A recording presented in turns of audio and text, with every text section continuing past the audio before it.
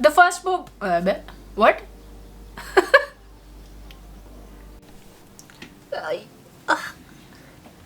Clicking the thumbnail is the worst part. No, best part of a book haul.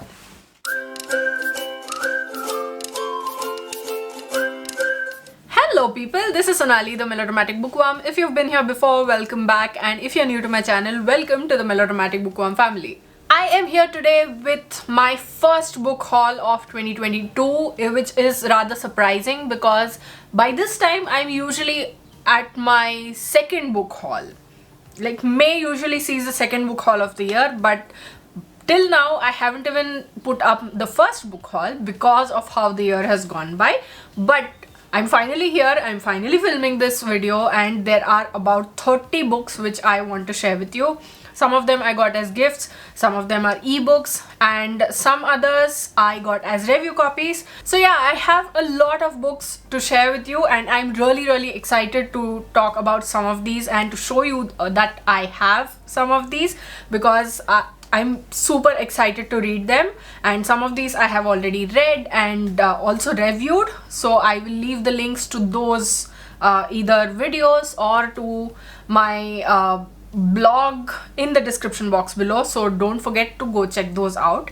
So yeah, without any further ado, let's dive right into this video and let me share with you all the books that I've gotten so far in 2022, as well as, you could say, since the last book haul, because that's how book hauls usually work. My book hauls usually work.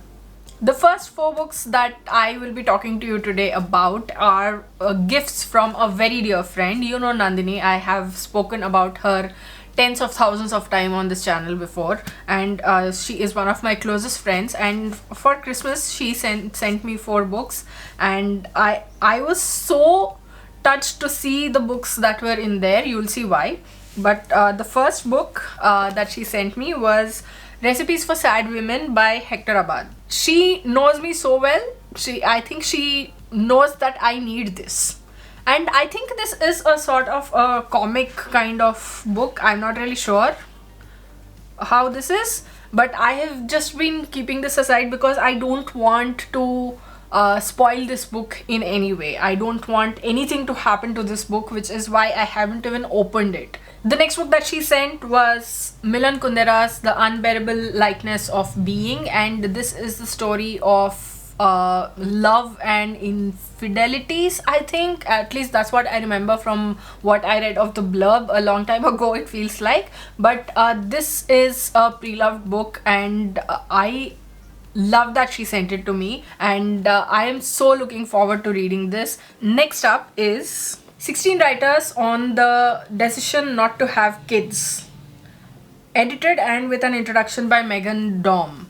And I think I don't have to say anything else about this and my thoughts about this, because it's self-explanatory, and I'm really looking forward to reading this. I want to see who all is in this book. I don't even have to see the list of writers to know that I am going to relate so hard to this book, but let's keep it at that. Next, and I was not expecting this, and I'm so happy that she sent this to me, because this is an edition that I was really looking for ever since I buddy read this book with her, with Nandini. This is Nandini's favorite book of all time. This is Nandini's favorite author of all time, and that is how we became friends.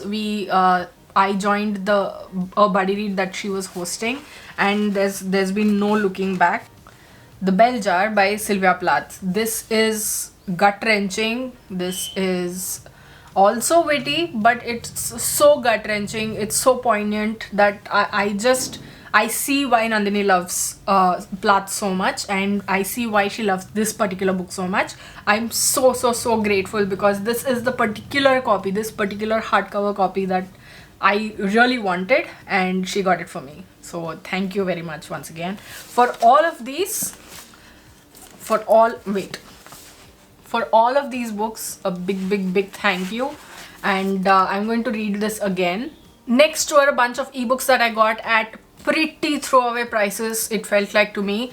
These are Kindle ebooks, and the first one was You and Me on Vacation by Emily Henry. In some places it's also called People We Meet on Vacation. I'm not really sure which place is which, but I've already read this and I liked it, but it was not wow. Like, it was nothing out of the ordinary. This is the story of two best friends told in a non-linear narrative, and about how they come together and how they grow apart and how they travel together, and how their vacations become something completely different, and how their feelings change, how those feelings morph, and yeah, it all builds up towards whatever conclusion is coming.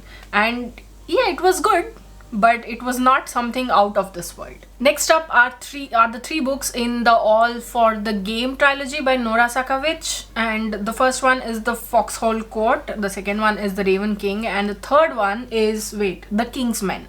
I think this is a story about teenage hockey players in a school or something. I'm not really sure about it, but I've heard really great things about this trilogy, and about the way there's character development and how the whole story develops from book 1 to book 3. So I'm really excited to start reading this. Next up is The Spanish Love Deception by Elena Armas. I got this from the Oasis bookstore on Instagram. I leave the store link in the description box below. This book is supposed to be a romance in which Catalina is going to Spain to attend her sister's wedding, and she now needs to bring a date. And now Aaron Blackford is offering to be her date, and when this whole fake dating scheme comes to a head, what exactly happens forms the entire story. At least that's what I think it is. Catalina's family thinks that Aaron is her boyfriend, but things are actually different. But how will they progress from the entire story? I'm not really sure, but I've heard very mixed things about this book. A lot of people have loved it. A lot of people have said that it's cringe. I don't know what to think. I can't decide before reading the book, obviously. Next up are two books that I got from a friend's unhaul on Instagram. The first one is Will Grayson by John Green and David Levitan. This is, I think, the story of Will Grayson, obviously, but I don't know anything else about this, and I just got it because there was John Green over here.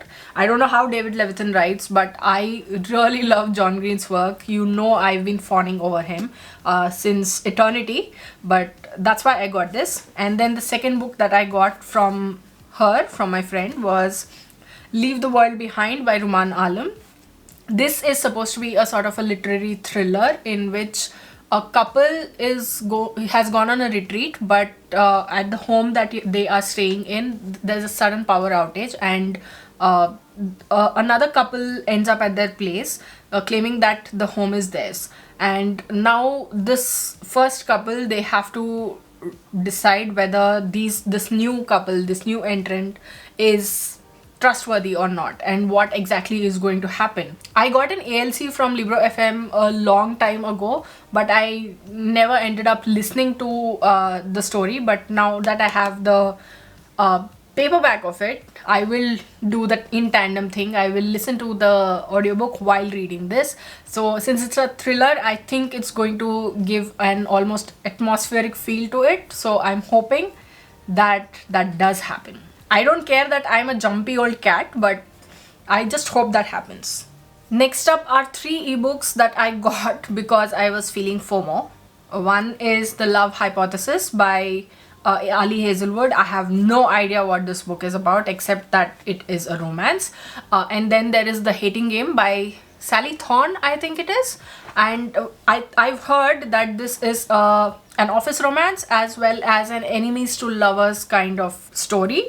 And since the movie also came out, I watched the trailer and I was like, okay, this could be something that I could get into. I'm not really sure, but let me just try. So I got the ebook. And then there is Do Epic Shit by Ankur Warikoo. Ankur Warikoo is a YouTuber, and he is an internet personality who is a sort of motivational speaker. I'm not really sure because I haven't watched any of his videos or anything, but I really wanted to see what this was about, because sometimes we just give in to FOMO. Because everybody was reading it, I'm like, I also want to know what this is about. If I don't like it, I don't like it. ठीक है.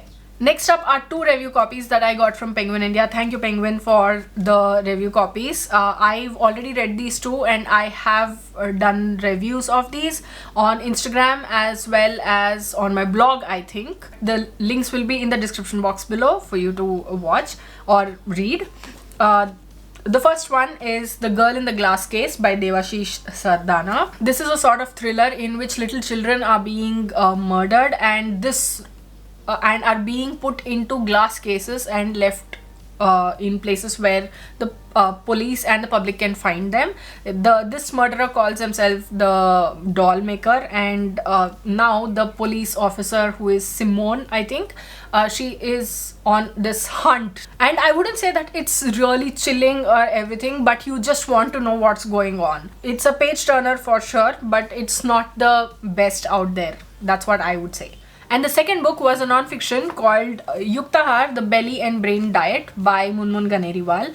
And this talks about how there's a microbiome system inside us, and how we need to take care of it. In order to reset our lifestyle, we need to make sure that that is well fed and that it is there. The author doesn't preach, and she is a very well-known nutritionist, and the way she talks is very straightforward and easy to follow points she gives in here. And there's a 10-week diet that you can follow in order to reset your health and your lifestyle and your, obviously, microbiome. Next up is a gift that I got from Bookchore. Thank you, Bookchore, for sending me this book. It's called Gardens of Love, Stories of a Marriage, written and illustrated by Meera Godbole Krishnamurthy. I have no idea what this book is about, except that this is a collection of illustrated short stories which takes you from New Delhi to Rome and everywhere in between. And I am really excited to read this because, first of all, because it's illustrated. I will take this with me. Hi, nice. Next up is a vintage books edition of Room of One's Own and 3 Guineas by Virginia Woolf. And I bought this solely because I had read the Kindle edition of Room of One's Own, and I really wanted a physical copy in which I can highlight whatever I had highlighted in the Kindle, but also I can make notes. Although I haven't made notes, I have done that in my notebook when I read the Kindle, but in this I have done a lot of highlights, if you can see. Can you see it? Yes. I don't know how many pages. See. So just for this I bought this, and now I'm super excited to get started on 3 Guineas and actually make my notes in this book. And yes, I know I've changed a lot. Just 6 months ago I wouldn't have been doing this. How the turntables. Next up is A Psalm of Storms and Silence by Roseanne A. Brown. This is a sequel to A Song of Wraiths and Ruin by the same author, and this is the second in this duology, and I have no idea what this is about. I'm going to obviously, once I finish reading them, you will watch me talk about these books in a wrap-up video, so that's good, I think. But these covers are stunning, and I've heard that the stories are phenomenal as well, so I'm really looking forward to it. I think these are some sort of fantasy books, but I have no idea what exactly it is about. I will correct that though. Next up, and I had to do this because I'm a huge Taylor Jenkins Reid fan. You've seen me gush about Seven Husbands of Evelyn Hugo on camera. I've done a full reading vlog for it, and I was also a huge fan of Daisy Jones and the Six. So when her new book came out, I think this was last year, I had to get it. Malibu Rising by Taylor Jenkins Reid. It's the thing where this author TJR, she writes about celebrities and their lives, because Daisy Jones and the Six was about a music group. Seven Husbands of Evelyn Hugo was about an actress. This is about some sort of celebrities. These are 4 celebrities living in, obviously, Malibu, and I want to see what this is about. I also have what was supposed to be an ALC at the time, but it's just an LC now. It's just a listening copy now. But I'm super excited to get into this book because it's TJR, because it's Taylor Jenkins Reid. Next up is an arc that I got from Netgalley. Again, this is no longer an arc. The book is now released, it's out into the world. But the book I'm talking about is Young Mungo by Douglas Stewart. I was not a huge fan of Douglas Stewart's writing when I read Shuggy Bane, but I'm hoping that Young Mungo will do that. I mean, it will appeal to me better than Shuggy Bane did. But yeah, I was really surprised when I got approved for this, because this is supposed to be huge. When the author has won such a huge prize, I didn't think that I would get approved for this book, given my Netgalley score. Next up is another author copy that was sent over by an author friend of mine called Warlord of Ayodhya Rebellion. And this is written by Shatrujit Nath. Thank you for the copy. But this is the first in a series which talks about the Warlord of Ayodhya, obviously. I think it's about Bharat, if I'm not mistaken. I'm not really clear on the details, or rather I don't remember, because you know my memory. But I will be reading it soon, and you can expect a review on my blog. Next up are two copies that I got from Macmillan India for Valentine's month. I was supposed to have read these two during that month, but February was very bad for me. That was the time when this whole haze and all happened, but I was not able to read it. One of them is Red, White and Royal Blue by Casey McQuiston. This was one of my favorite books of last year. One of my favorite books that I read in 2021, and it's just warm and fuzzy and happy and witty and funny and whatnot. It's now being made into a movie, if I'm not mistaken, and I'm really excited to see how the actors bring Alex and Henry to life. This is a story of Alex, who is the first son of the first female president of the United States, and of Henry, who is a prince, a British royal prince, and how they fall in love with each other and everything forms the entire story, and how their story progresses. And then another one that I really was excited to read, but the turntables happened, was Tokyo Ever After by Emiko Jean. This is the story of Izumi Tanaka, has lived an uneventful 17 years in her small town, keenly aware of all the ways in which her family is different from most of her classmates. But then she discovers a clue to her previously unknown father's identity, and he's none other than the Crown Prince of Japan, which means Izzy is literally a princess. But will Izumi crumble under the weight of the crown, or will she live out her fairy tale happily ever after? Thank you, Macmillan India, for sending me these two copies. This is a favorite, and I'm so happy that I have a physical copy, and this is something that I'm really excited about. Next up are two books that we ordered, I think, in May, because we hadn't ordered anything in months. That's the only reason I can actually find. The first one is The Bluest Eye by Toni Morrison. Toni Morrison's debut novel immerses us in the tragic torn lives of a poor black family, Pauline, Charlie, Sam and Pecola, in post-Depression 1940s Ohio. Unlovely and unloved, Pecola prays each night for blue eyes like those of her privileged white schoolfellows. At once intimate and expansive, unsparing in its truth-telling, The Bluest Eye shows how the past savagely defines the present. Toni Morrison is such a huge figure in the world of literature that I wanted to find out what she was writing about, and yeah, finally I have my hands on this one, which is the first in this whole series, I think. After this comes Sula, then Song of Solomon, Tar Baby. There are a lot. So I'll get through her bibliography one by one, hopefully. Speaking of enlightening experiences, I didn't think that this book was going to be so huge. Like, literally, this book is a giant. Look at this.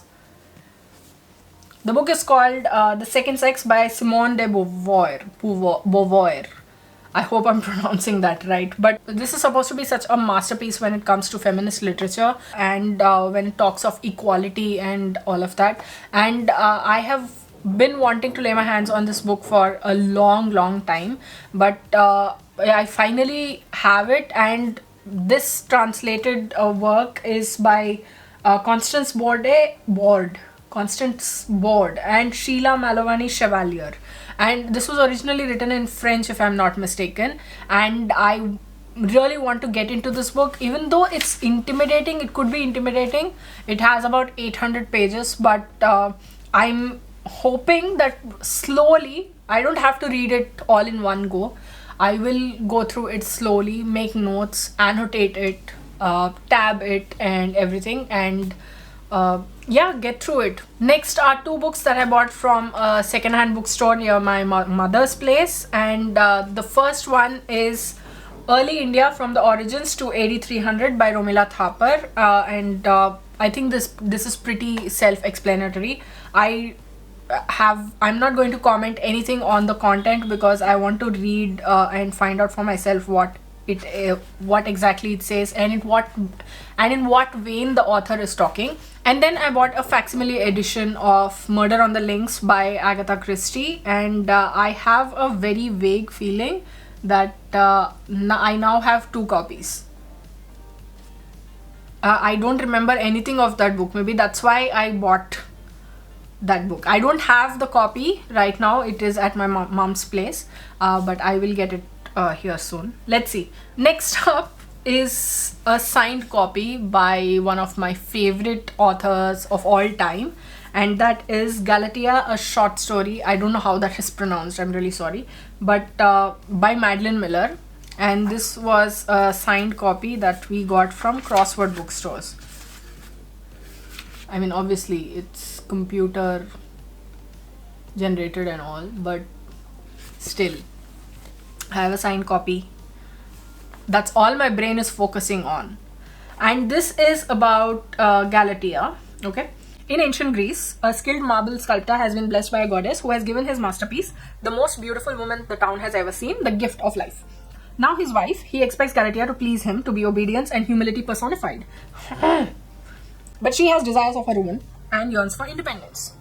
In a desperate bid by her obsessive husband to keep her under control, she is locked away under the constant supervision of doctors and nurses. But with a daughter to rescue, Galatea is determined to break free whatever the cost. I cannot wait to read this, and I think I'm going to read it as soon as possible. And then I think I've been saving the best for last, and the book is another tome, another huge book, and I knew that this is going to be a huge book. It is Achal Malhotra's new book. It's called In the Language of Remembering, The Inheritance of Partition, and I am so excited to read this. I've been hankering, pining, longing after this book, seeing it, checking the price on e-commerce websites, and just gazing at it in my free time. I'm just staring, like manifesting it, and but I couldn't stand it anymore, and I got it from the store. It's like a gift to myself. Yeah. So what this is about is, wait. In the Language of Remembering, as a natural progression to Remnants of a Separation, in which she talks about tangible memories of the partition, reveals how partition is not yet an event of the past, and its legacy is threaded into the daily lives of subsequent generations, bringing together conversations recorded over many years with generations of Indians, Pakistanis, Bangladeshis, and their respective diaspora. It looks at how partition memory is preserved and bequeathed, its consequences disseminated and manifested within family, community, and nation.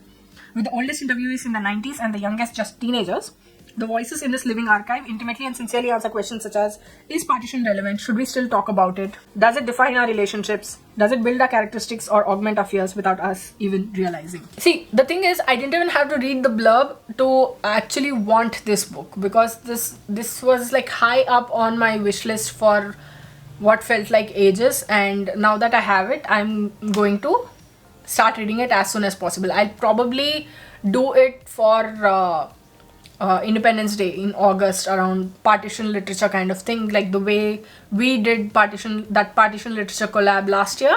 I'll probably do a reading vlog of sorts for this. Oi. I know you can't see the whole stack right now, but These were all the books that are part of my first book haul of 2022. Which of these have you gotten for yourself? Which of these have you read? Which ones do you want to read? Which ones are you going to add to your TBRs? Which ones are you going to add to your wish list? If you have anything to say about any of these books or anything else that you want to share with me, don't forget to leave a comment below. I would love to hear from you. If you like this video, please like it and share it to spread the word. And if you like my content and would like to see more from me, don't forget to hit subscribe and click on the bell icon beside the subscribe button to get notified as and when I post new videos. Thanks for watching. I'll see you in the next video. Until next time, keep reading, keep watching, and add melodrama to your life.